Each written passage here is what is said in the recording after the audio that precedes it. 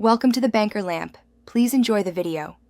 You start by confirming the TV model and the USB port type so you know what cable or adapter you need. Once done, power the TV and the USB device off. This prevents detection errors and electrical issues when plugging in.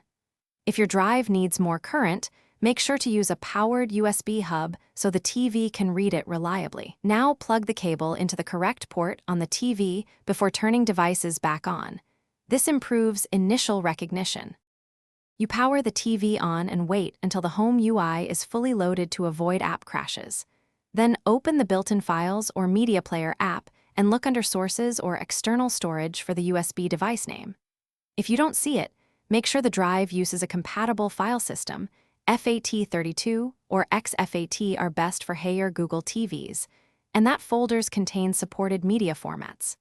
Once selected, navigate folders to play videos, view photos, or open documents. You finish by safely ejecting the USB in the Files app after use. This prevents data corruption on the drive.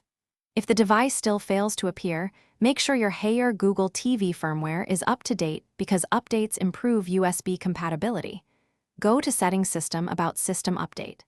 If problems persist, test the drive with another cable, port, or computer to determine whether the issue is the USB device, cable, or the TV itself. That single test often reveals the root cause. Thanks for watching. If this was helpful, leave a like and consider subscribing. See you next time.